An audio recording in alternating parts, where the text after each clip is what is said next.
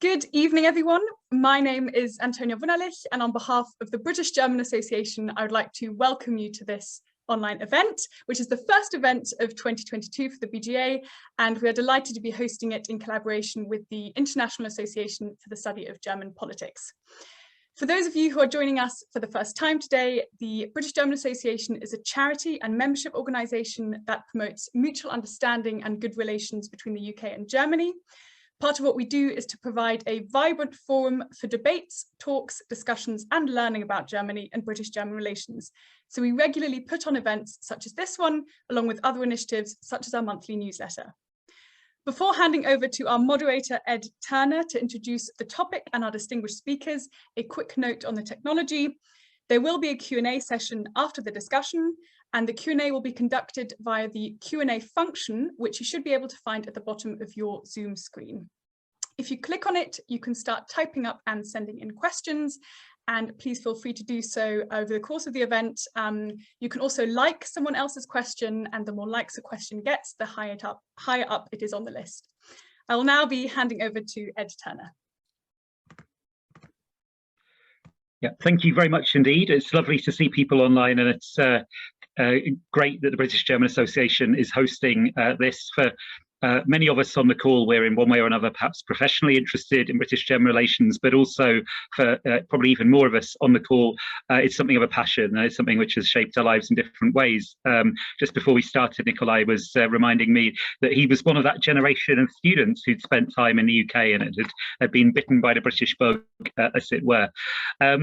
We've obviously got a new government in Germany, so it's a very, very exciting time. It'd be fair to say that the German elections were not dominated by the topic of UK-German relations, but of course people have been puzzling over what it might mean, and we are extremely lucky tonight to have two leading thinkers and commentators in this area join us, namely Vendeline from Bredow of The Economist and Nicolai von Ondarza of the Stiftung Wissenschaft und Politik in Berlin. It's wonderful to have you both with us. Now, just to add to what Antonia said on the format, our guests have agreed to say a few words to open things up. So I'll turn to Vendeline first and then to Nicolai to share some thoughts, maybe for 5 minutes or so. But then we'll go straight into discussion, because in my experience, very few people sign off Zoom calls, this sort of online discussion, saying, I wish we had much longer speeches and we'd had much less time for interaction. So hopefully we'll have a really interesting discussion, and I also guarantee we will finish promptly. So friends, thank you very much for joining us. Let's dive straight in. Vendeline, the floor is yours. Thank you so much, Ed, and I'm delighted to be part of this forum of discussion. As I'm based in Berlin and I'm a correspondent here, I thought it might be most useful for everyone to share a little bit our view, so the Economist view on the new government, because as Ed said, it is new, and after 16 years of Angela Merkel, plus there are, so many really enormous challenges awaiting the new team. Generally here, the mood in Germany is quite optimistic about the new government. I talk quite a lot also to businesses, to members of the Mittelstand, and they're sort of quite excited. They think there's a new energy, new impetus. So there's quite a bit of optimism here, even though it's not the easiest times for anyone, considering we are really at the almost, I think, close to the peak of the pandemic here in Germany. So the three immediate challenges that Olaf Scholz and his team are facing are Russia and Nord Stream 2, and obviously Annalena Baerbock went to Ukraine and to Moscow this week, and it's I don't really envy her job this week, because it's very difficult at the moment when there are 100,000 Russian troops at the Ukrainian border. So that's obviously a very big and challenging task. The second one is equally challenging, the pandemic. We are here, I think we are here in Germany where the UK was a few weeks ago. So it's really the rate of infection is sky high, and the hospitals are still okay and ICUs are okay, but it's scary just because it keeps rising. And the third big task is inflation. As I'm sure all of you are aware that Germans are particularly sensitive to the threat of inflation because of Germany's history of hyperinflation in the 1920s. And so I'm sure you saw the latest figures for the Eurozone that came out today, actually. Eurostat published today 5% in December compared to the previous month. That's very high, and that's scary. In the coalition treaty, which is that very big compendium that the three parties that are forming Germany's governing coalition put out, that basically outlines the framework of action of the new government. It's a long read. It runs sort of the length of a short novel, but there are many interesting and promising things in there. And among them are, for instance, that they promise to liberalize citizenship laws, which are quite strict in Germany compared to other countries. They promise to streamline bureaucracy. They want to shrink the Bundestag. The Bundestag has become, I've lost count, but it's more than 700 MPs. It's clearly too big, and they wanted to achieve that through electoral reform. They want to improve the rights of homosexuals and transsexuals, and they want to legalize pot. So that's, I think, something the parties actually agreed quite quickly on, and it's, it'll give Germany a modernizing push. There's obviously a big commitment to fight global warming that runs throughout the whole coalition treaty. So it's a commitment to keep Germany on the path to global warming of just 1.5 degrees Celsius. They want to bring forward the phase out of coal to 2030 as opposed to 2038, so faster than originally planned. They want to increase the share of renewables in electricity, in electricity production, to 80% by 2030. From 45% now, so that's a huge change.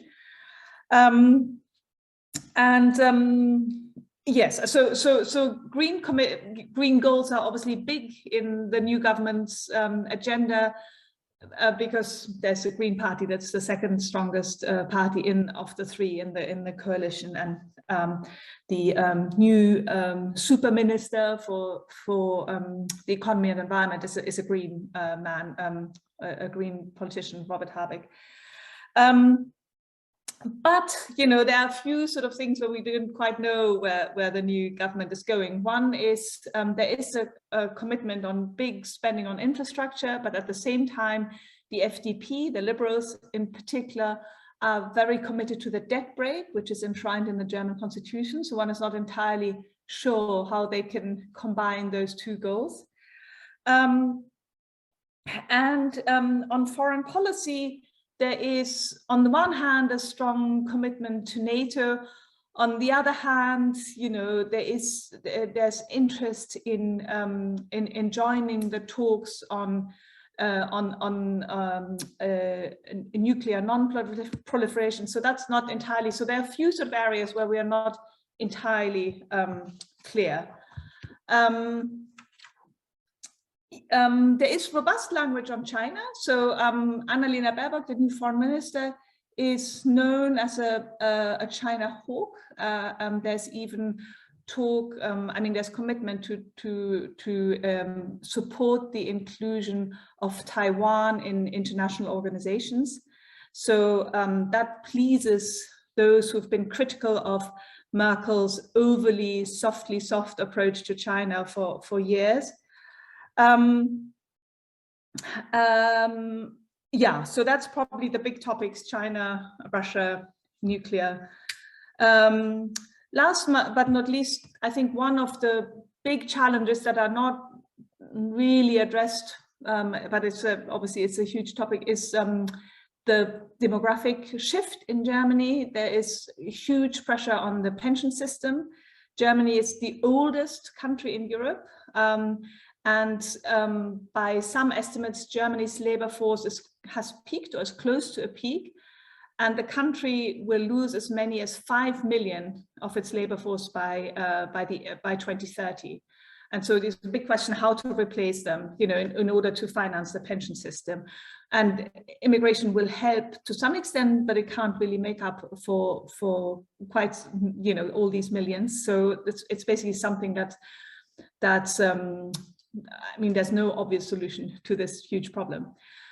So all of this to say, you know, huge challenges ahead for the new team, some very hopeful noises, some very hopeful promises in the coalition treaty.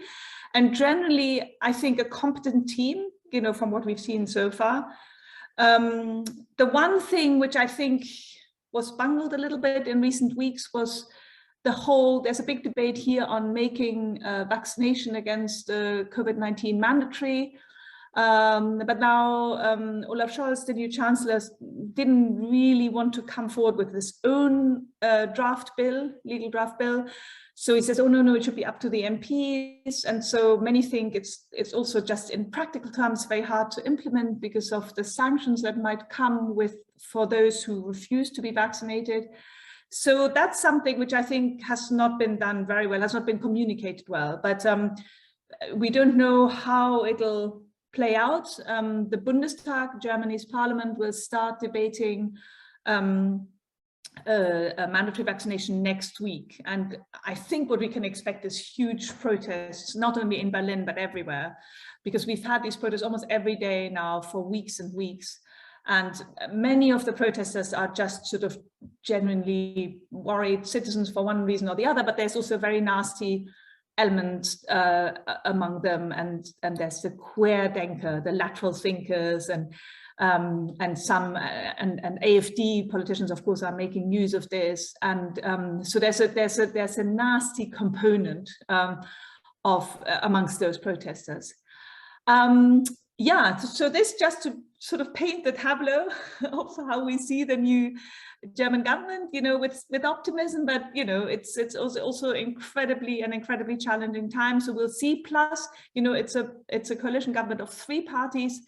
That's a lot, and they, in particular, the FDP, the Liberals, and the Greens, often don't see eye to eye on many important issues. So you know, it'll be sometimes, I think, hard for them to get on, but they've made a decent start. So we'll see. Super. Thank you very much indeed for that, Vendeline. Very, very interesting. And one thing which struck me in the context of UK-German relations was, of course, all of the topics that you mentioned at the very least also pose a challenge for those of us on the other side of the channel in the UK, the pandemic, inflation, labour market shortages, Russia, China, but also on I think at least most of those, there's an interesting question about how the UK and Germany will work together, and whether there are some common solutions on all of this. So it'll be very, very interesting. Now we'll turn to Nicolai for your thoughts. Thank you. Yeah, thank you very much, Ed, and thank you everybody for being here. It's great to discuss with you, and I'm going to focus a little bit more narrowly on what the new government might mean for UK-German relations and how they've played so far for the new German government team in play. And to prepare for that, I used a little cheat.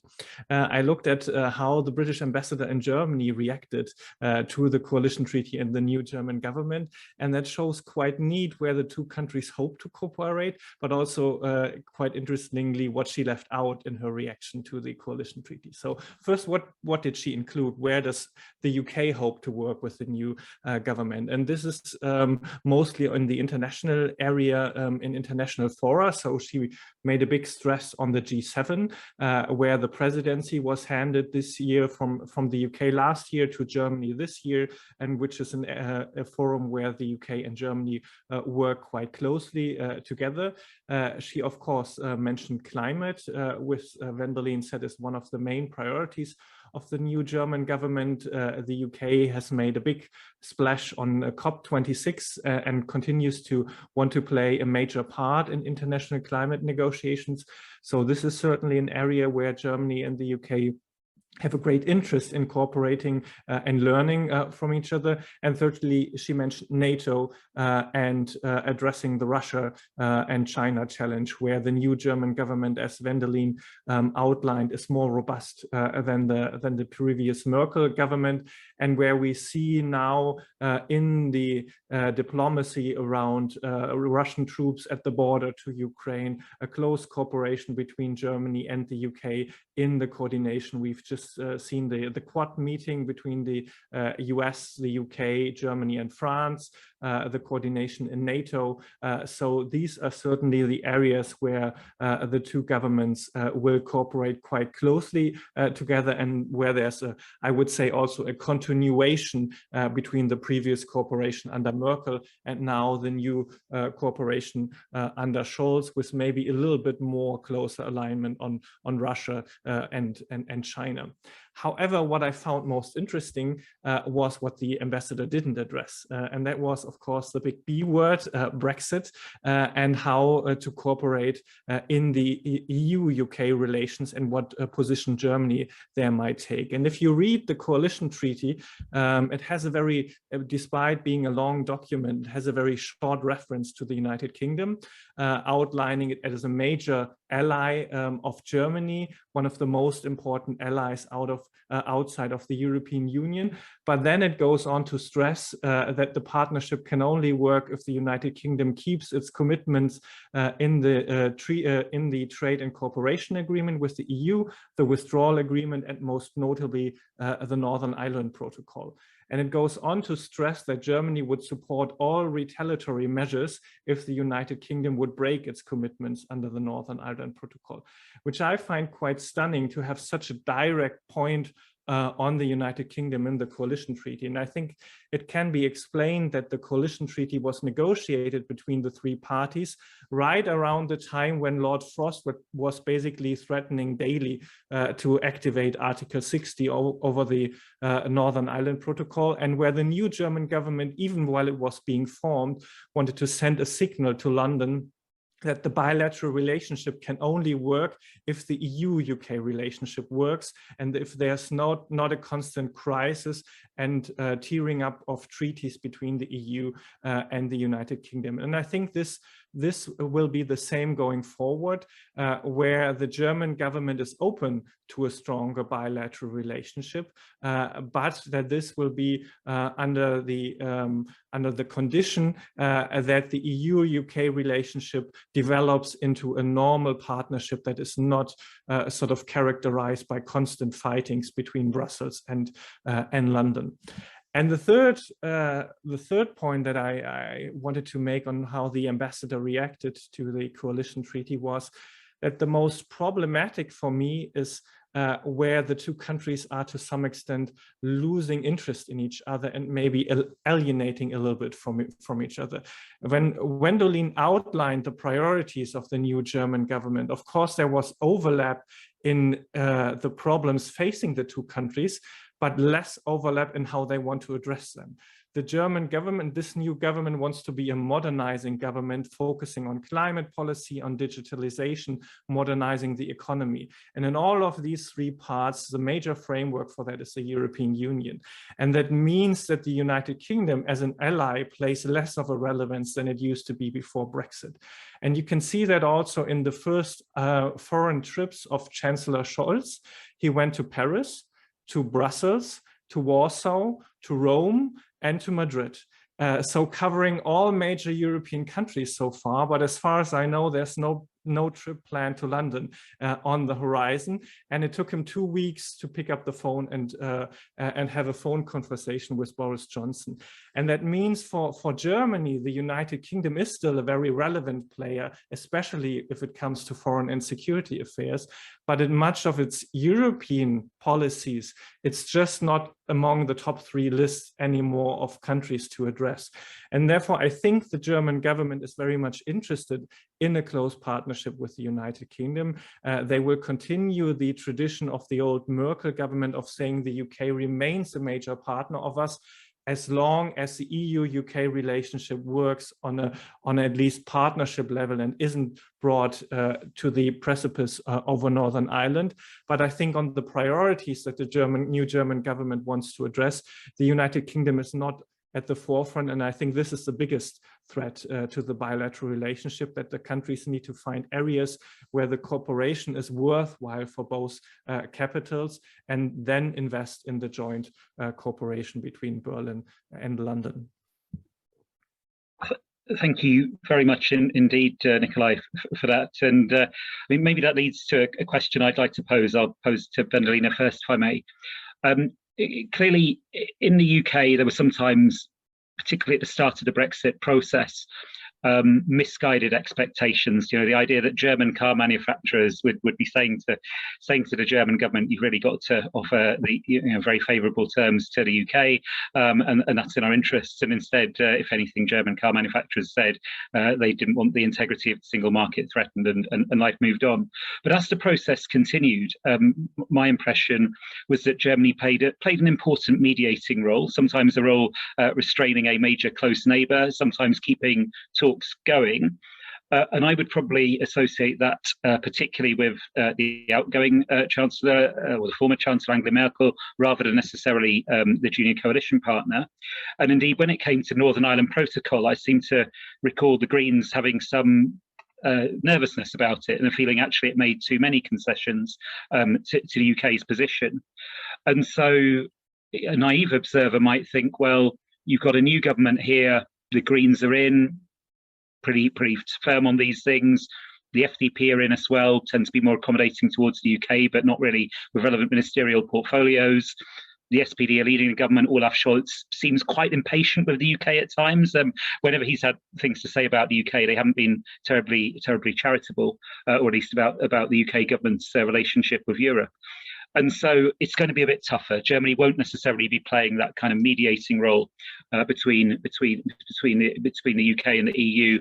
And if compromise was needed on the Northern Ireland Protocol, it would be that bit harder. That would be a naive view, perhaps. Vendeline, what's your take on how the election shifts the dial in terms of attitude towards these questions? Oh, thank you, Ed. Well, I don't think your view is naive at all. Angela Merkel tried almost not everything, but she really tried to keep Britain in the EU. She thought that was important, that Britain had an important voice, and I think she was genuinely very sad to see Britain go, and so she was prepared to give a lot to make it happen, obviously, up to within reason. I think Olaf Scholz, as you say, is not, first of all, it's done, so I mean, there's no way, unfortunately, no way to turn back the clock. And a bit like Emmanuel Macron, I think he's more of that school of thought. He's impatient. He thinks he's almost a bit irritated with the UK, and hence almost certainly less willing to compromise lots, on important issues. And I think the same is true for Annalena Baerbock. I haven't seen her quite so impatient, but I think generally her line is tougher on many foreign policy issues. We saw it with Russia. She's she's a Russia hawk in some ways, on China, and in a way also on dealing with the UK. As for the car makers, that's very interesting. The car makers are basically, or many of the German companies, are just big enough that they say, well, if it's really problematic, what they do rather than try to import their cars is that they set up shop in the UK. They can do that and just build a site there, and then the whole complication of Brexit becomes a little bit less. Smaller companies can't do that. So when I talk to mid-sized businesses or small businesses that used to trade a lot with the UK, for them it's such a problem, and some merely give up and say it's simply not worth it. So I think the bigger ones, it's not easy for them, and they wish they didn't have to deal with this, but it's much more manageable than for mid-sized and indeed small companies. Super, thank you.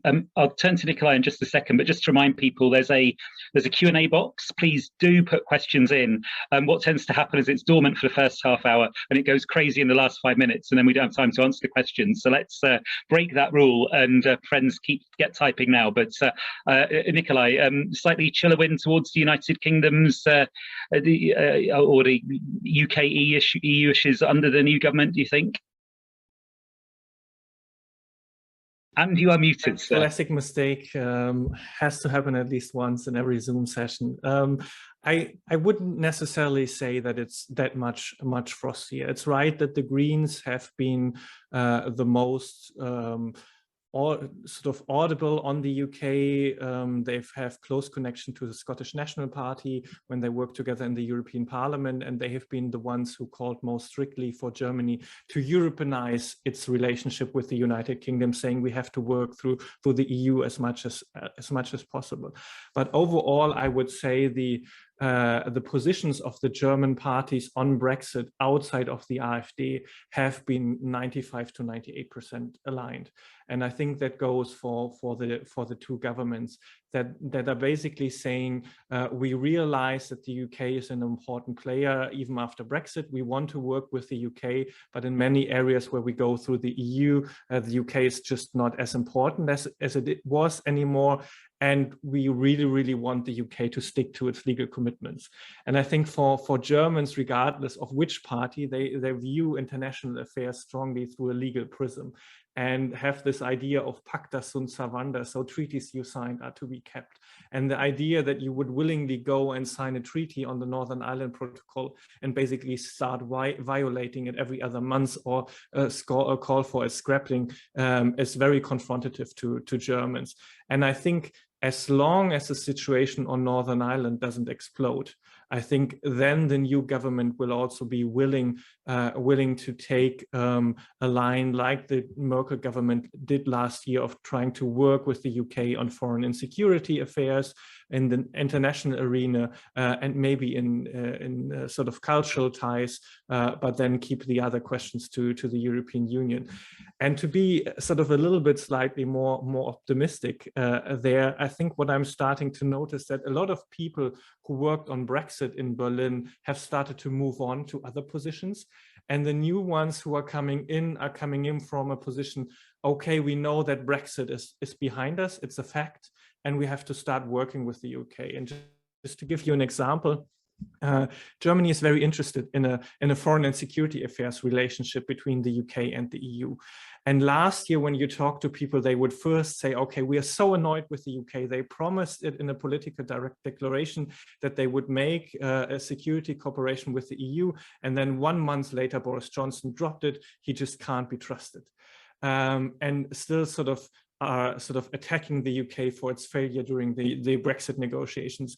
Now the new people who are coming in, they are coming less in with the mind sort of what happened during the poisonous Brexit declaration negotiations, but rather with the mind, what pragmatic steps can we do going forward for the EU-UK German security and foreign policy cooperation. And that makes me at least a little bit more optimistic that the poison of the Brexit negotiations, which was also difficult for Germany and for a lot of Germans, is slowly but surely leaving the system to some extent. And that's maybe the optimistic note to bring in. Okay, thank you very much indeed. So a couple of questions in the Q&A, and also friends, please do, it's great to use that. There's a chat here. Seeing a hand go up, and we'll try and take other contributions if we've got time, but we need probably to focus on the Q&A in the first instance. There's a really interesting one which Rianne's asked, which can apply to these UK EU issues, but also much more widely about the kind of binding nature or otherwise of the coalition agreement. I was struck that it's, I think, 4 or 5 times longer than the Tory Lib Dem coalition agreement back in the day, a certain tradition of thoroughness with these things. And of course, also three parties, complicated dynamics to manage there. I mean, Vendeline, what thoughts do you have on that?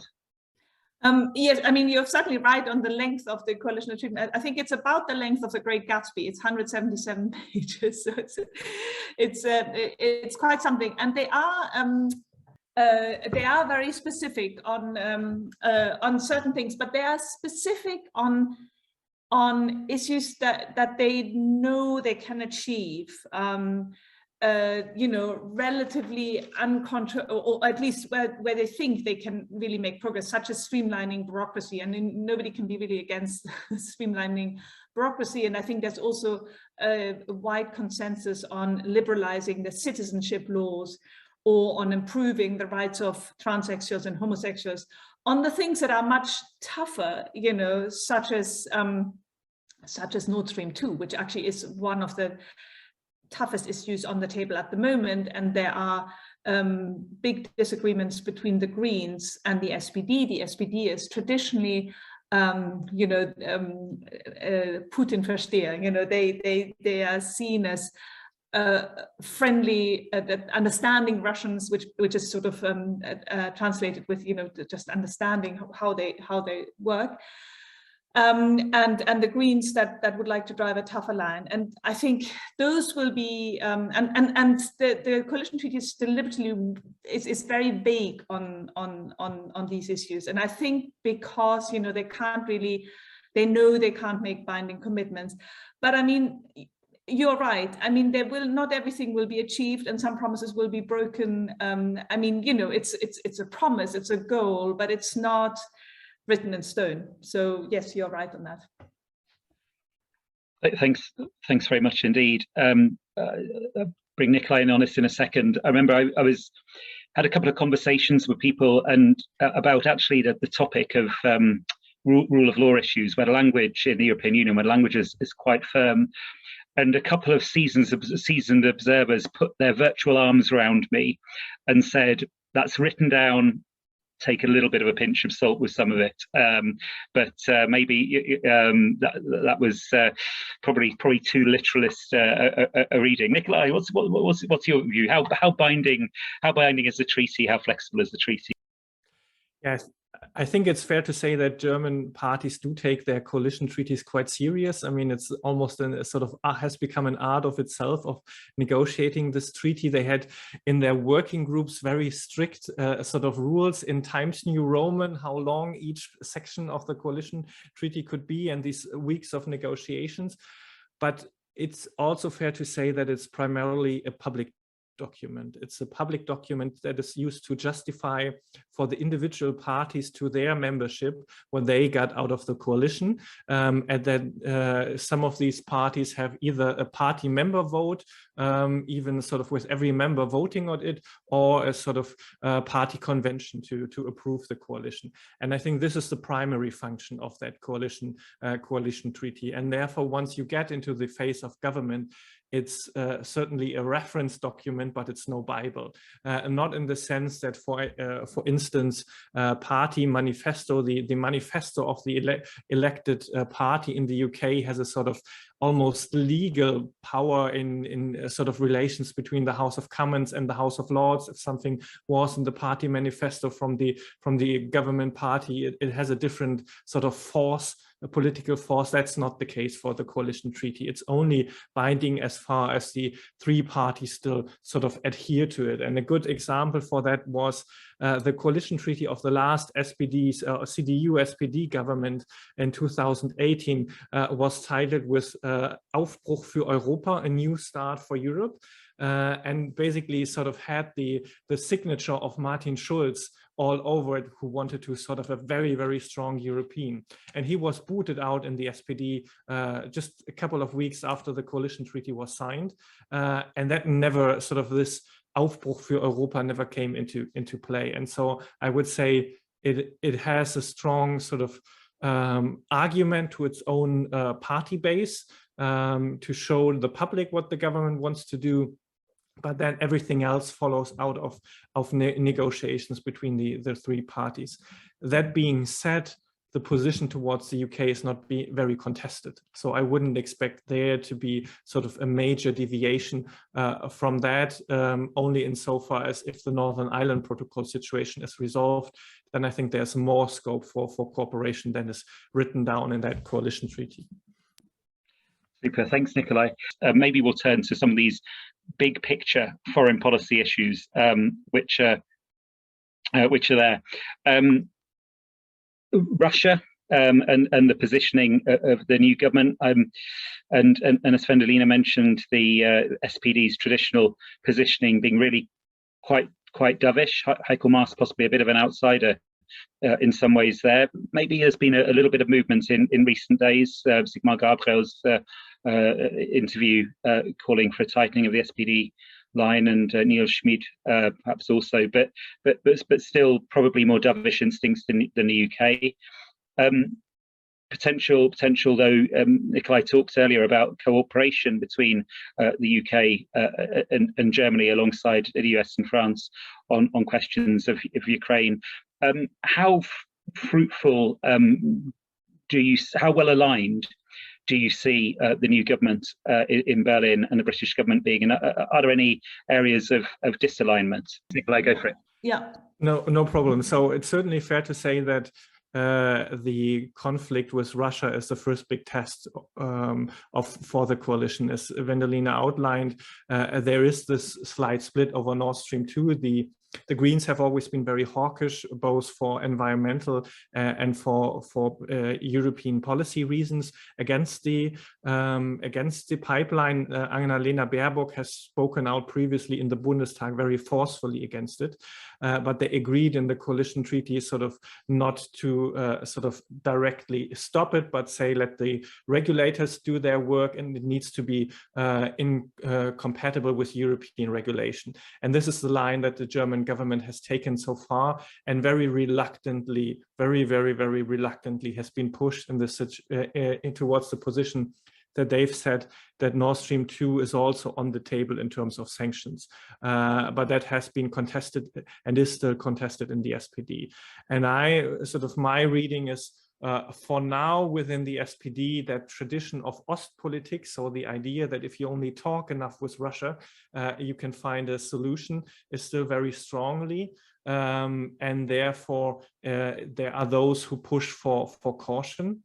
But my reading of the three parties is that if there is a real military incursion of Russia into Ukraine, if there is by Russia a starting of a major military operation in Ukraine, then Germany would certainly support very heavy sanctions.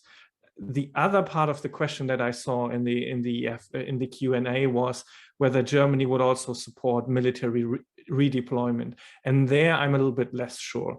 The Greens have previously also supported the delivery of weapons to Ukraine, defensive weapons to Ukraine. Some amongst the liberals have spoken in favor of that. But I'm quite cautious whether I think the whole German government would actually do that, deliver weapons into a war zone that's directly confronted in a war with Russia. I think that will be more difficult, but heavy sanctions certainly, and I think the German government will come around even on Nord Stream, but on the military aspect, I'm less sure.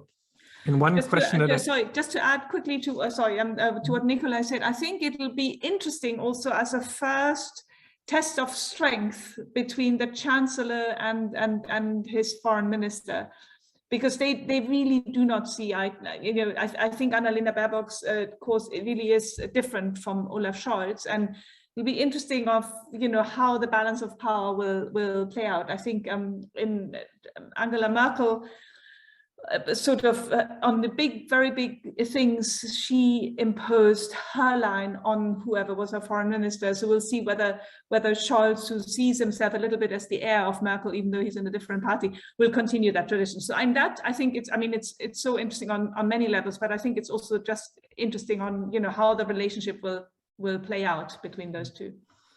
And there's also an interesting UK-German element in there. And there was a story 2 days ago where the UK is, of course, delivering weapons to Ukraine.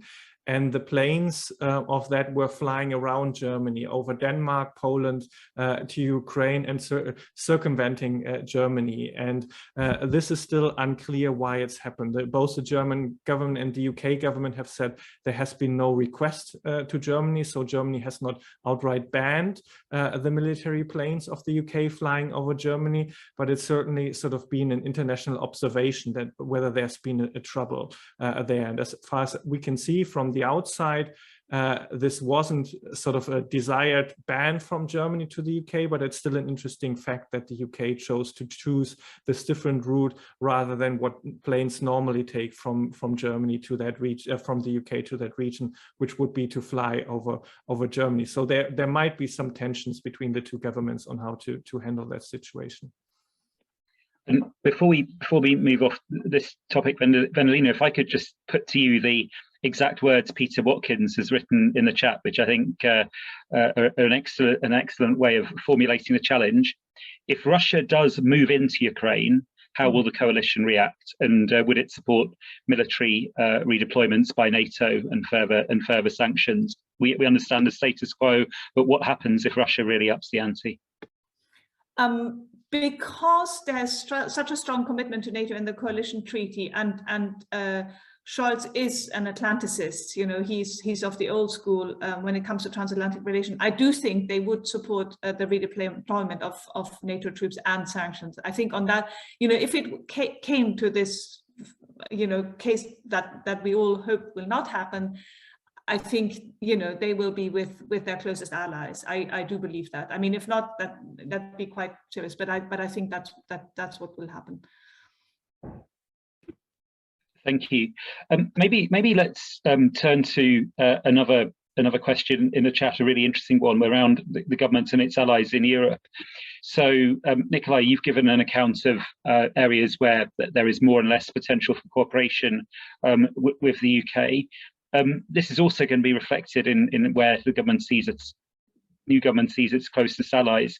And the second part of Oliver's question in the chat was around the approach to states such as Hungary and Poland, which he mentions very, very elegantly. And there it does seem to me the government as well is the new German government's caught between a rock and a hard place, because a really firm stance on rule of law issues and alienating those particular member states would of course make it impossible to achieve some of the reforms to the European Union, which are also committed to in the coalition agreement, because unanimity would be required. So any thoughts on allies and also challenging partners in the European Union? On allies, I think that the first trips of Olaf Scholz really give a good hint about who are the major allies, and sort of the two major countries that are named, European countries within the EU that are named in the coalition treaty, are France and Poland. And those are the two first countries that both Scholz and Baerbock visited first. And I can certainly say that the Franco-German relationship will be pivotal. Berlin is, of course, looking very closely at the presidential elections and whether Macron will stay in power. That could be a big cooperation. And then Poland, I will turn to, is a little bit more an uneasy ally. And I would say after that, we see a sort of a renaissance of working with Italy and Spain. Germany and Italy agreed to work towards a friendship treaty when Scholz and Baerbock were both there. And there is this idea of having sort of a new refound of social democrat center-left forces in Europe, where Scholz wanted to work with Sanchez, the Spanish socialist being the strongest amongst the other strong party amongst the European Social Democratic Party, wants to work with Draghi. And so I think this is a new power alliance that Scholz is looking for at the European level, working with Macron, but also balancing it a little bit more with working with the Italians and the Spanish. And then finally, the last element is he didn't go there himself, but Rutte visited Berlin in between. And I think sort of that Germany will continue to try to balance the cooperation with the southern European countries with a close cooperation with the Netherlands and the other Nordic countries to have a cooperation in the fiscal and economic space, especially in areas where Germany is to some extent missing the UK in European European economic debates. On Hungary and Poland, as you said, it's a big dilemma for this new German government. The Greens and the Liberals want to be much harder on rule of law. It's one of their major policies on the European level, and they've pushed for in the coalition treaty a language that focuses on being on asking the European Commission to be faster and more consequential in rule of law issues. But as you said, Scholz knows quite well that if he confronts Warsaw and Budapest, there will be complications on the European level. And so I think we'll see sort of a balancing act between the Foreign Office pushing a little bit harder on rule of law and the Chancellery still wanting to have a bridge, especially towards Warsaw, and maybe have a very close look at the Hungarian elections and see what comes out of that, whether Orban stays as the oldest serving member in the European Council, or whether there's a change in Hungary, which would open more room for change in Central and Eastern Europe as well. Thank you very much indeed, Nicolai. I mean, that takes us very neatly actually to Martin Bond's question, the first one answered, which I'll put to Vendeline. So Germany clearly has found itself in the middle of a range of views on the future of the euro, and in particular the question about whether debt should be mutualised, shared across the European Union, and those views are also diverse in the new German government, and were one of the toughest issues to negotiate. Where do you see this landing? Do you think Christian Lindner will be tamed by his role as German finance minister, as sort of optimists in the SPD have it, or do you think in practice Germany will align itself more with fiscal hawks? How do you see that challenge playing out? It's hard to make a prediction. I mean, Christian Lindner met, I think yesterday, or in any case this week, for the first time with the other European finance ministers in Brussels, and he described himself as a friendly hawk. so he's certainly sort of trying to get on with his European colleagues. However, the FDP has been very much part of the group of frugal EU countries, and more aligned with the Dutch and the Austrians, who are staunchly against mutualizing debt. So I think he is willing certainly to move forward banking union, which has made progress, but not yet on a common deposit insurance, which is something he has said that he would back. On mutualizing debt, that's another an even bigger step. The FDP, many vote for the FDP precisely for that reason, because they are such hawks, and because they promise not to increase taxes, and that's basically their DNA. So and Lindner is a very a forceful politician. He picked the finance ministry. That's what he wanted. He always said he wanted that, even though Habeck actually also wanted it. So it's hard to make a prediction. I can't really say which way it'll play out. Thanks, Nicolai. You follow these things closely as well. And do you want to have a bet?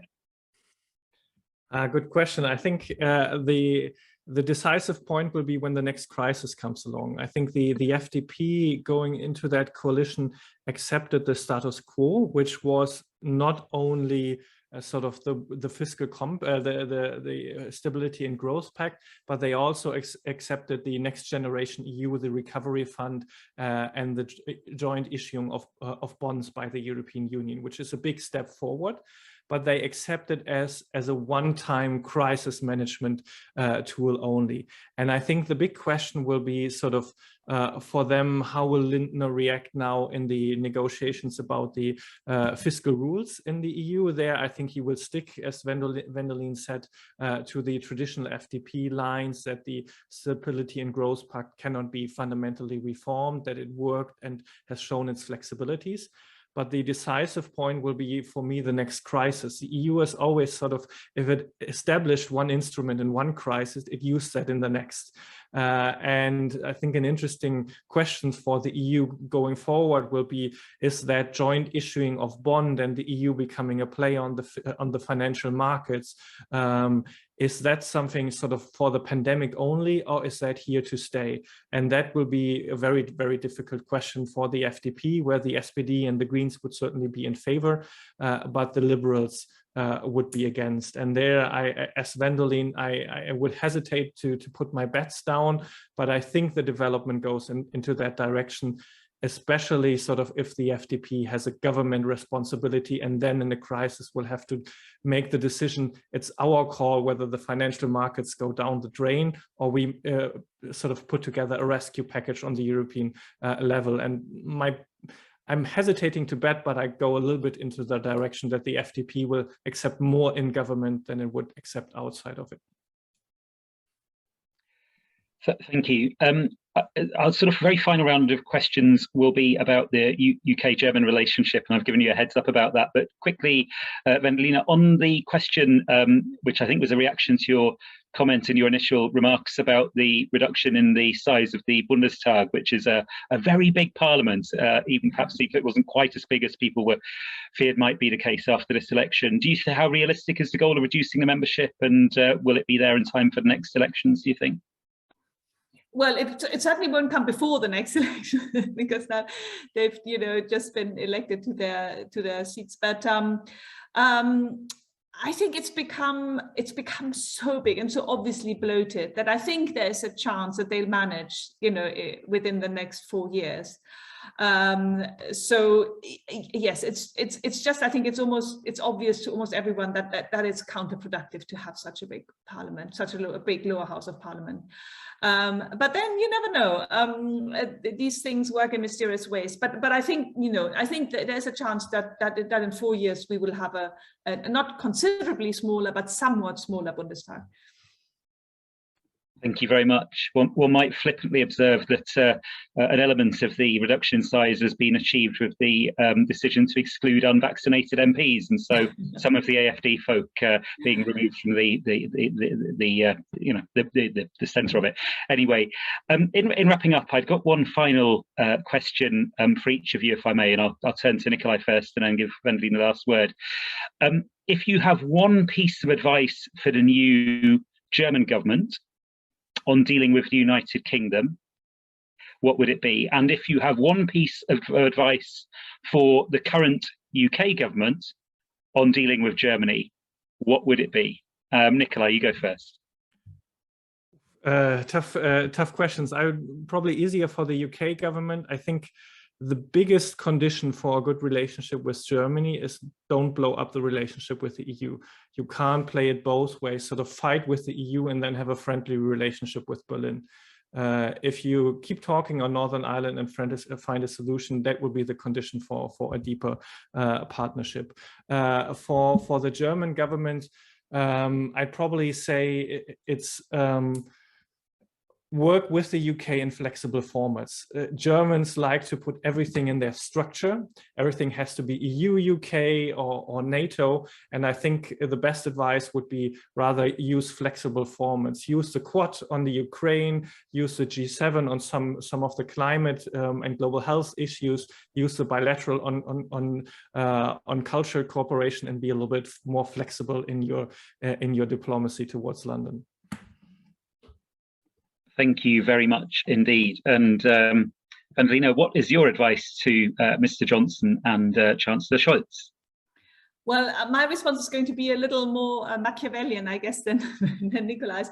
I think for the German government, I'd say, first of all, ignore the bluster, the whole sort of Boris show, and be aware that he's much weakened in his role. After this week's events in Britain, I mean, he managed to survive the challenges to his premiership, but I think he's seriously weakened by Partygate and by everything that's happened in the last few weeks. For the British government, equally a bit Machiavellian, be aware, this is a three-party coalition, so there are deep disagreements on foreign policies, even though they try to sort of obviously present a united front. But I agree with Nicolai, you know, don't provoke the EU too much, because that'll spoil your relationship with Berlin too. You know, Berlin and Scholz and Baerbock, they are committed Europeans, and you know, if they see a partner as a troublemaker, essentially, then you know that will be very difficult to find a to establish a very friendly relationship. So I think, yeah, so I'll agree with Nicolai on that piece of advice. Thank you very much indeed, and actually we do have, I think, colleagues from both governments in the form of their embassies on the call, so I'm sure they'll be happy to pass these words of wisdom on. Thank you very much indeed. That brings us just about up to past. Thank you very much indeed, Nicolai, Vendeline, all of the people who've attended. It's been fantastic having you with us, and I'm sure that these big topics that we've been talking about tonight will run and run, but thank you for sharing your insights. Antonia from the British German Association, I'll pass over to you to wrap things up if there are any last logistical things, and from me, wishing everyone a very pleasant evening. Antonia. Yes, a big thank you also from me to our panelists for joining us this evening, and also to everyone in the audience for dialing in and for asking your questions. Indeed, it was a very interesting and insightful discussion. Yes, the BGA has an exciting programme in the pipeline for this spring. We have our first Stammtisch coming up in early February, and we also are giving BGA members access to the prestigious LSE German Symposium. We also have an event on data and privacy coming up with the German Commissioner for Data Protection and Freedom of Information. So do keep your eye on your inboxes for any news. And on that note, I hope you all have a good rest of the evening. And thank you again for joining.